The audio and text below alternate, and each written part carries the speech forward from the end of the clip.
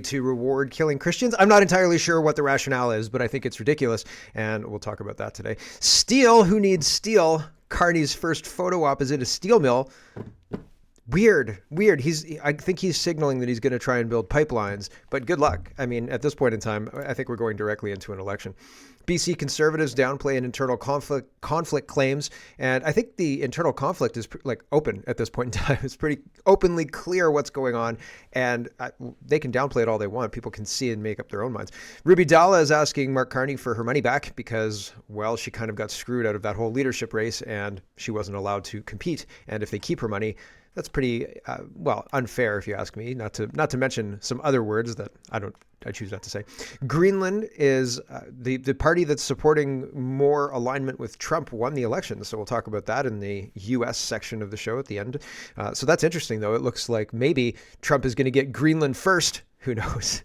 And bankrupt EV plants. There are multiple bankrupt EV plants, and they're in a situation where Canada invested a whole bunch of money, and now all of that seems to be evaporating on a product that nobody wants to buy. And $11 billion on overseas gender programs, according to Western Standard. And it's a government report that's being cited. So that's a lot of money over the space of, I think, the last 10 years or 9 years or whatever it is.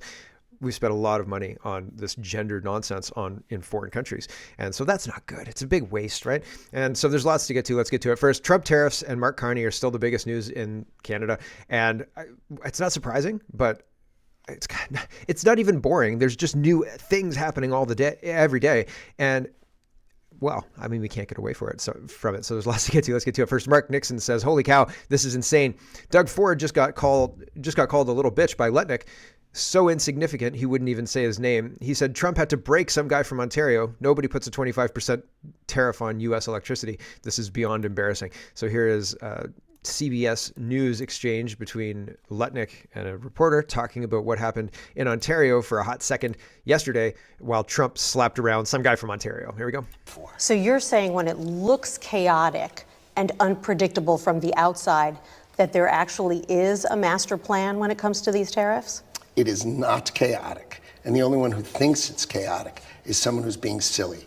He said reciprocal tariffs. Nobody expected him to announce 50% tariffs this morning. He needed to break some guy in Ontario who said he was going to tax American energy 25%. The President of the United States in the White House says, "Oh, no, you won't," and breaks him. Breaks him. In what? By a tweet and a truth. And you think that's chaotic? You know what I think that is? I think that is thank God we have a president who's taking care of us. Because if you were in one of those states and you thought your energy prices were going to go up 25%, and you said, "Where's the president?" and all of a sudden he came down like thunder to make that end, you'd say, cool. I'm glad that's the guy in the White House. And that's what we've got. So that's Letnick. But here's actually what Trump said. So here's Brittany highlighting this, which is very interesting. A different timbre, really. Here we go. I respect very much. As you know, there's a very strong man in Canada who said he was going to charge a surcharge or a tariff on electricity coming into our country. He has called and he said he's not going to do that. Okay, he's not going to do that. And it would have been a very bad thing if he did. And he's not going to do that. So I respect that. But we were just informed that he's not going to do that. The Ontario Premier calling you and giving you his decision about the electricity surcharge, and you said you were pleased about that. Will you make a different decision now about the tariffs on Canada? Will you reduce it? At that, but probably so, yeah. You're looking he was at a gentleman. Will you reduce it back? He was a gentleman. Look, I said it before. We give Canada $200 billion a year. We subsidize Canada between all of the things we give them and trade. We don't have to have cars made in Canada. We don't have to have lumber from Canada. We have tremendous lumber. We have tremendous trees. All I have to do is unfreeze them from some of the restrictions that were put on. I can do that with an executive order. We don't need energy. We have more energy than anybody else in the world. So we spend $200 billion a year subsidizing Canada. We don't have to do that. And frankly, the way that gets solved is Canada should honestly become our 51st state. We wouldn't have a northern border problem. We wouldn't have a tariff problem. They don't have much. They spend very little, as you know, the least of almost anybody on military.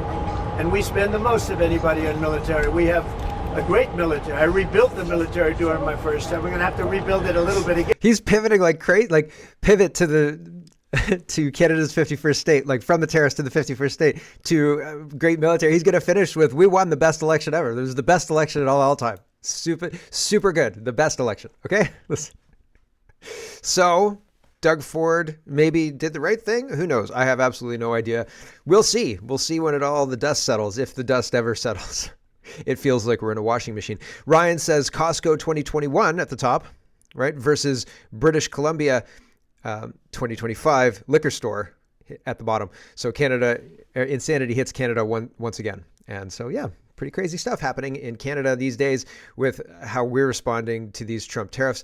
JD Vance, who's the JD Vance News, is asking, would you support Canada? Actually, I thought this was the vice president, but asking if you support Canada becoming the 51st state. I think Americans they don't care really one way or the other. If their empire expands, they're happy with that. Canadians, there are a lot of people who think that there is no other solution to what is afflicting Canada at this point in time. I honestly don't know. I don't know if Canadians ourselves are able to stop the awful government from doing what they're doing. And if we can't, then I don't know if we're going to be able to save ourselves, if we need a helping hand from the United States. And if that means becoming the 51st state, is that a helping hand, or are they just consuming us? I don't know. The food professor is responding to Rupa. Rupa says, a major world leader finally gets it. Australia will not retaliate against Trump's steel and aluminium tariffs, saying it amounts to economic self-harm paid by consumers. No such wisdom here in Canada from any party. Well done, Albo MP. So in Australia, they're not responding. Food professor says, Australia is widely recognized for its savvy approach to global trade. Most Australians understand the impact of counter tariffs, and simplistic dollar for dollar tough talk would only end up costing them. Which Canada had the same level of awareness. Yeah, we don't. We really don't. Here's Holly Doan, and she says, Feds accept President Trump's terms that Canada reopens 2019 trade pact to resolve American grievances. Cabinet delegation is in Washington today to show Canada is ready, said Finance Minister Dominic LeBlanc. So that's interesting. Is this all about a trade negotiation? It doesn't seem likely. Here is the Irish MP Prime Minister, and he's meeting with Trump. And Table Salt says, this is all Canadian leaders needed to do.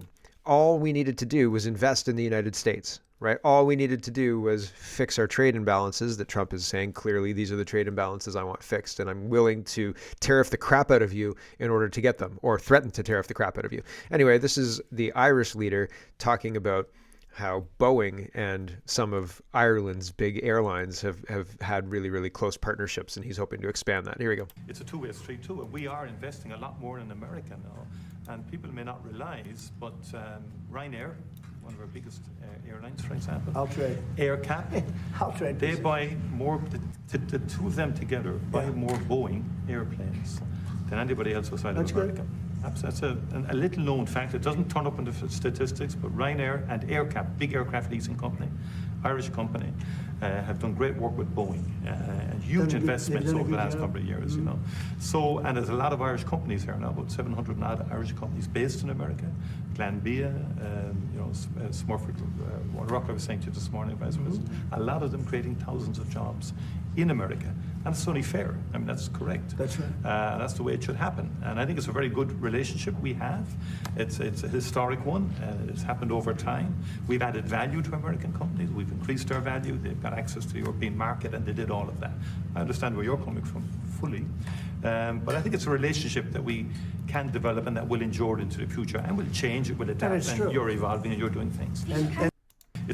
So he's talking about two-way street, and American companies have been enriched by the participation of the Irish companies. They've had the access to the European Union, so on and so forth. And Canada can make a lot of those similar arguments, like your companies get raw material from Canada. Canada finds acceptable the amount paid by the United States. We're able to make it work.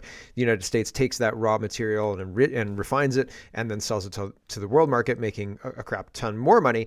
And everybody seems happy with that situation. And so we can evolve. Maybe Canada does east-west pipelines and we start refining our own stuff and selling that on the world market. And, still we'll sell our crude at a discount to the United States in order to maintain that partnership. Even if we do that, right? Like we could have that kind of conversation. And instead our leaders are engaging in a trade war, and that seems not right. That seems like a bad idea, right? Here's Table Salt again. She says, breaking the CBSA is absolutely hammering Canadians at the border with new tariffs. So instead of realizing that counter tariffs actually just harm Canadians like you and me, the Canadian government, well, I think they do realize that, and they love it. They love it. Here's a Canadian who came across the border, and he said, I had to pay tax on everything we bought. They nailed us on everything we brought. We brought back $153, I think, $154 worth of stuff, and we paid 25% on all of that after that amount was converted to Canadian dollars. The reason? A new 25% surtax on a slew of goods, including clothing and food coming from the United States in response to Trump's tariffs. I just wonder where my $56 is going to go. If it's going to go to help businesses offset added costs because of this, that's great. If it's going to go sit in a money pot, then I have a problem with it. You'll have to pay the extra 25% if you don't qualify for or exceed your personal exemption, in addition to all other duties and taxes. If you're gone for less than 24 hours, you can't bring anything back without paying.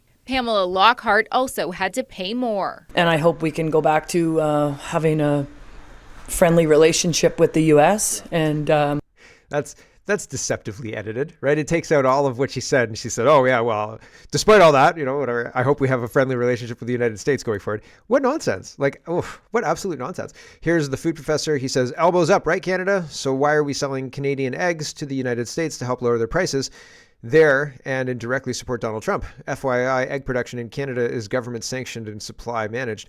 Something doesn't add up. So on one side, the government is punishing Canadian citizens for shopping in the United States. How dare you? How dare you support Donald Trump?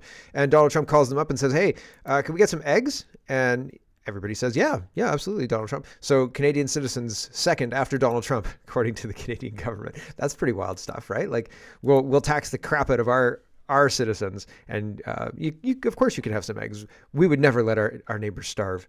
Here, Mark Carney is talking about how he'll talk to Donald Trump when there's respect for Canadian sovereignty, but the federal government themselves aren't showing respect to the Canadian citizens at all with regard to anything. Like, here's your new leader, shut up and pay taxes because we're mad at Donald Trump. And I mean, how does punishing Canadians fix that? Here we go. Bit of breaking news coming to us from Canada. We've been hearing from the Foreign Minister and the Internal Affairs Editor in the last Minister in the last few moments. Mark Carney, the incoming Canadian Prime Minister, says he is ready to sit down with the US government to talk about tariffs when it is an appropriate time and when there is respect for Canadian sovereignty.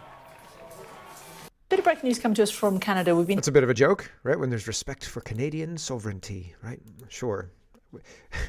Our government hates us, and they're using every excuse to punish us.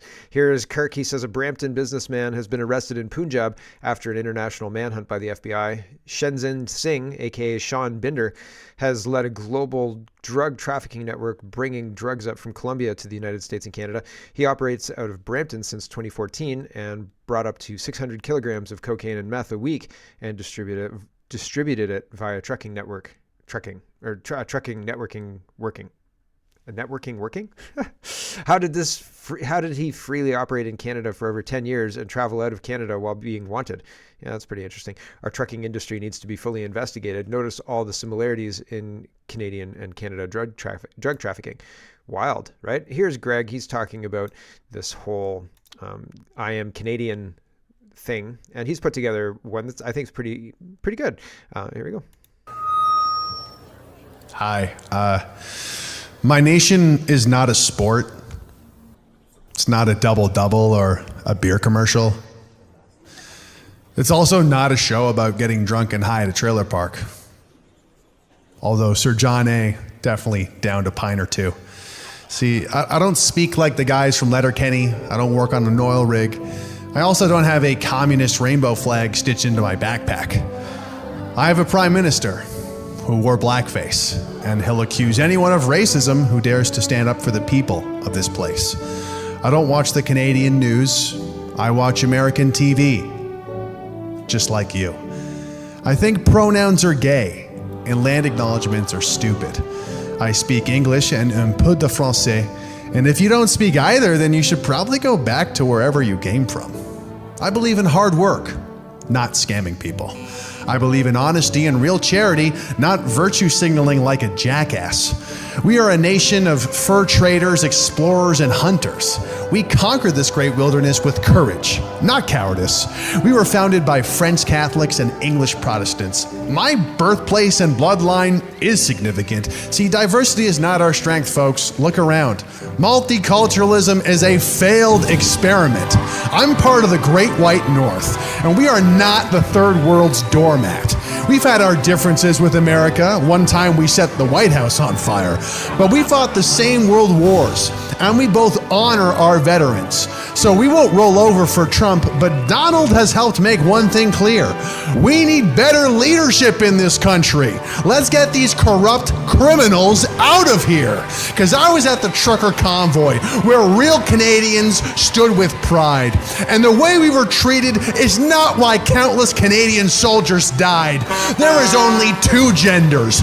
Don Cherry should have never been fired, and the number one problem in this country is the 338 traitors in Ottawa.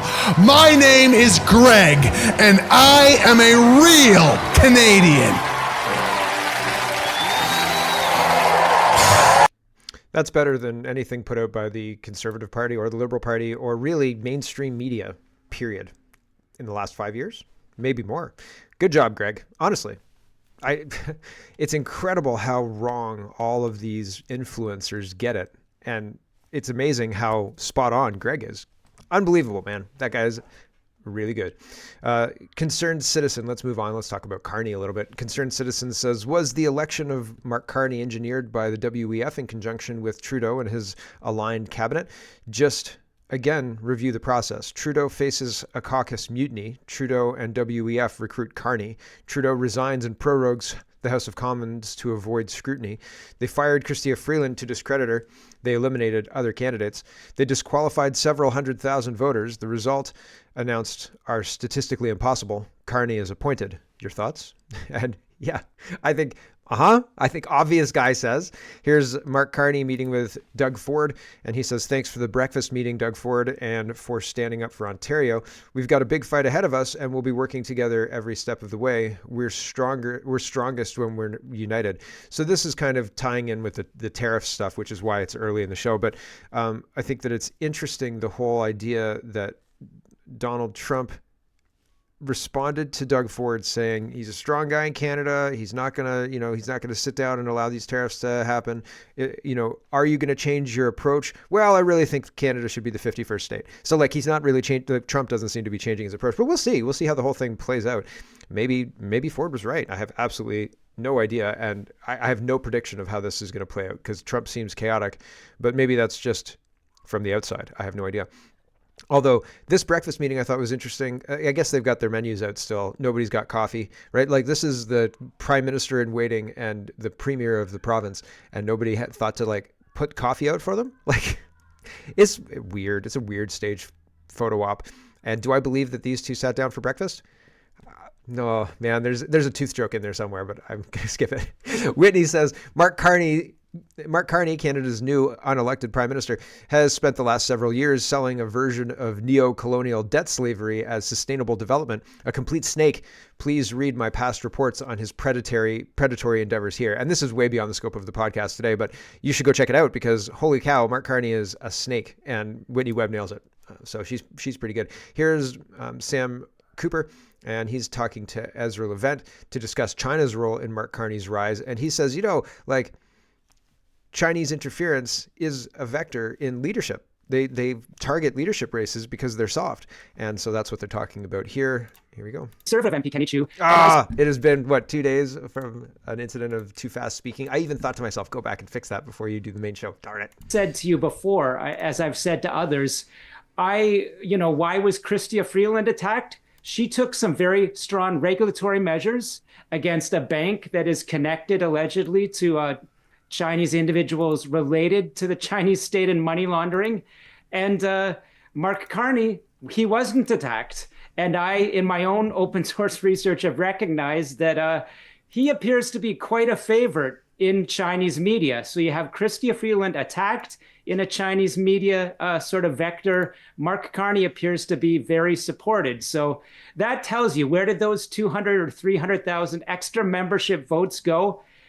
That's a very live question. I think we need to know more. Yep. Well, and why they're excluding Ruby Dallah and Ari Charya. I'm getting his name wrong. I'm sorry. I'm not intending to, but it is what it is. And they disqualified all these people, and that's bad, right? So here's Mark Carney hanging out at a steel mill. I think the whole point here is to signal that he's going to build pipelines. But again, I don't know that he has the clout. I think we're going right into an election. And the elections are rigged, but I think we're going to get probably Pierre Poilievre as the prime minister after this election. Alex is responding to Mark Carney, and she says, "You just said steel wasn't really needed?" And Mark Carney says, "My message to steel and aluminum workers, you have our full support now and for the future. We're going to build big things in Canada, and we need every one of you." So I guess they're going to build pipelines? Maybe. Here's Ryan. He says, "Not a steel worker in sight, just 4 politicians playing dress up. On top of that, they put Carney in the high vis vest to make him look more important," right? Like they gave him the white foreman's hat. Everybody else has gray hats. And I guess chin straps, I don't work on factory floors, so apologies, but chin straps are not meant to be worn inside. Anyway, people are making fun of Carney for all sorts of things. Contact embarrassment, like these people are embarrassing because their policies are so bad, and it seems like they're desperately grasping on to power, and they seem evil. They seem like the bad guys, the team of bad guys that I don't want to cheer for. And it's weird that they don't see that. It's weird that they don't look at this picture and say, this isn't working. Like, obviously, clearly, this isn't working. We have no support behind us. We're standing in a steel mill and we look like idiots. This isn't working. Nobody's got the wherewithal to say that to themselves. Nobody can look in the mirror and look at this. I mean, look at the candidates, though. It's Mark Carney. I mean, he's not looking in the mirror. Karina Gould. And the rest of them, Adam Van Camp, these people are not, Anita and these people are not self-aware, and they're not in touch with their voters, and they're doing stupid things, making themselves look stupid. Dan says, "Interesting that Mark Carney's first photo op as prime minister designate was at a company that receives $400 million from Trudeau's $8 billion net zero accelerator slush fund. According to Canada's Environment Commissioner, Trudeau gave away $8 billion to mega corporations to reduce emissions, including foreign firms, with no requirement to cut emissions." Of course. Why cut emissions, right? Here's Mark Carney talking about trade and talking with Donald Trump when things are in a good position to do that. So here he is. Again, you have to play the game that is happening. You can't say, when the game looks good, I'll get in there. Okay, I'll get in during the power play to make sure that I get a goal, right? That's not how this works. That's not how any of this works. Here we go. Karina Gould looks unimpressed the whole time, by the way, as well. I understand. I respect President Trump's concern for American workers and American families. We respect his concern about fentanyl. It's an issue for us here in Canada as well. And that's why the Canadian government moved very quickly with a comprehensive response that has had a huge impact in terms of controlling that issue and getting on top of that issue much better. We are ready to sit down with the Americans, with the U.S. government. I'm ready to sit down with President Trump at the appropriate time under a position where there's respect for Canadian sovereignty, and we're working for a common approach, a much more comprehensive approach for trade. We're all going to be better off. Workers here in Canada, which is our concern, workers in America, which is his concern. We are all going to be better off when the greatest economic and security partnership in the world is renewed, relaunched. That's possible. You have a new government, but the same commitment, and that commitment is built rock solid on the commitment you have all made here at Dofasco. This was one of those videos that I talk about that is a short video. That was 1 minute and 20 seconds, so not very long. 80 seconds, right? And it felt forever. He kind of meandered around, like, I don't know what the heck he was talking about at the end there. Ridiculous stuff. He's gonna meet with Donald Trump. That we will. when Donald Trump recognizes Canadian sovereignty, as Donald Trump saying, really 51st states really what they should have, what they should be striving for. That's really what they should do. Mark Carney is not even looking at the same game that's being played by the Americans at this point in time. I'll sit down with them when they're ready to concede. Give me a break. Bradshaw says Mark Carney couldn't get any workers to stand with him, so he had to use his puppets. Let's see how his team will post pics later. So nobody's going to be going up to them and shaking their hands and glad handing and stuff, right? All the money was given to the bigwigs. It had nothing. It didn't trickle down to the workers. And again, not that I'm a whole anti-capitalist or anything to that effect, but these politicians have not endeared themselves to the working man in the way that, say, Donald Trump has, right? If Donald Trump were in a steel mill, do you think people would be lining up to shake his hand? Do you think people would be standing behind him for the media? Yeah, probably, right? What's the difference? One of them is genuine, maybe. Maybe. One of them comes across as very genuine, and the others look like people in costumes out for Halloween, right? Hoping that they look real convincing as steel workers, but they just look like idiots because it's not Halloween. Mario says, seeing Mark Carney posing for pictures at a steel factory immediately after Trump's tariffs and just after he said he's going to slap them with a brutal carbon tax is peak hypocrisy. Pretend to care and then tax them into oblivion. Classic. The good old Carney 1-2 punch, right? Yeah, so it's like having Mitt Romney in charge.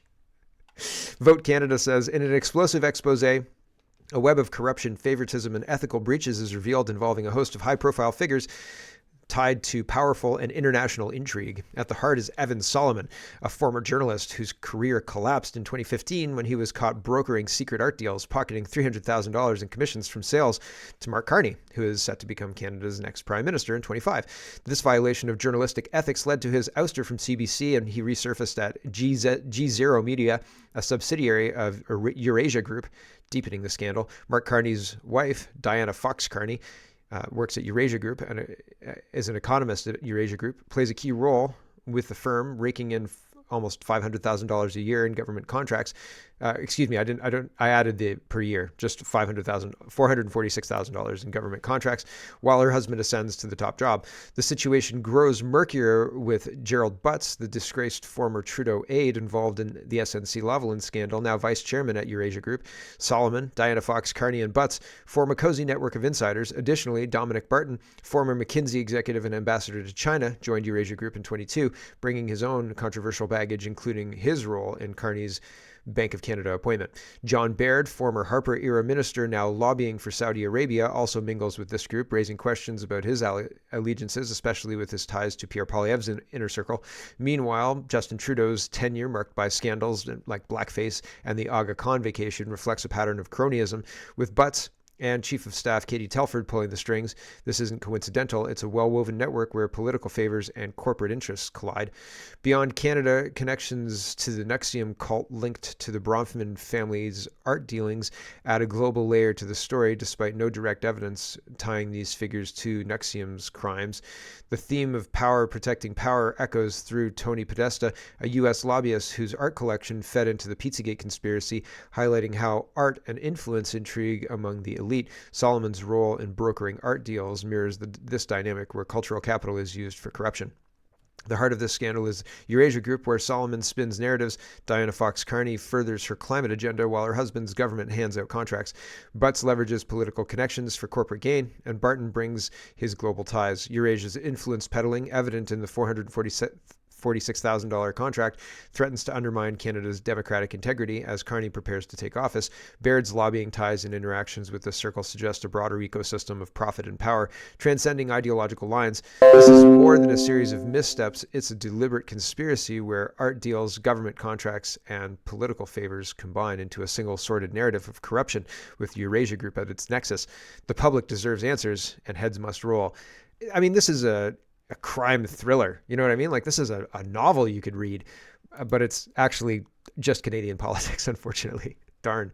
Here's Mark Carney, and Canada Proud is highlighting this. Mark Carney's green agenda threatened to destroy your most important local industries. And wow, this is just a minute long. Here we go.